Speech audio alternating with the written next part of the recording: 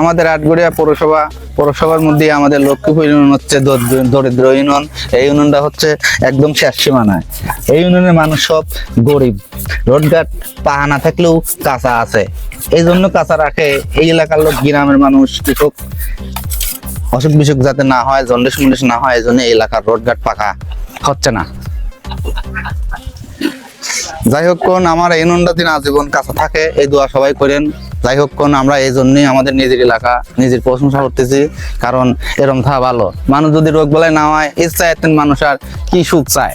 এই জন্য সরকার আমার সুখ দেওয়ার জন্য রোডঘাট গুলি মোট কাঁচা রাখাইছে। এই রোডটা দেখাও, ঠিক আছে। রোডের সাথে বাড়ি করতেছি, বাড়িটা সুন্দর হয়েছে কিন্তু বাড়িটা কস হয়েছে।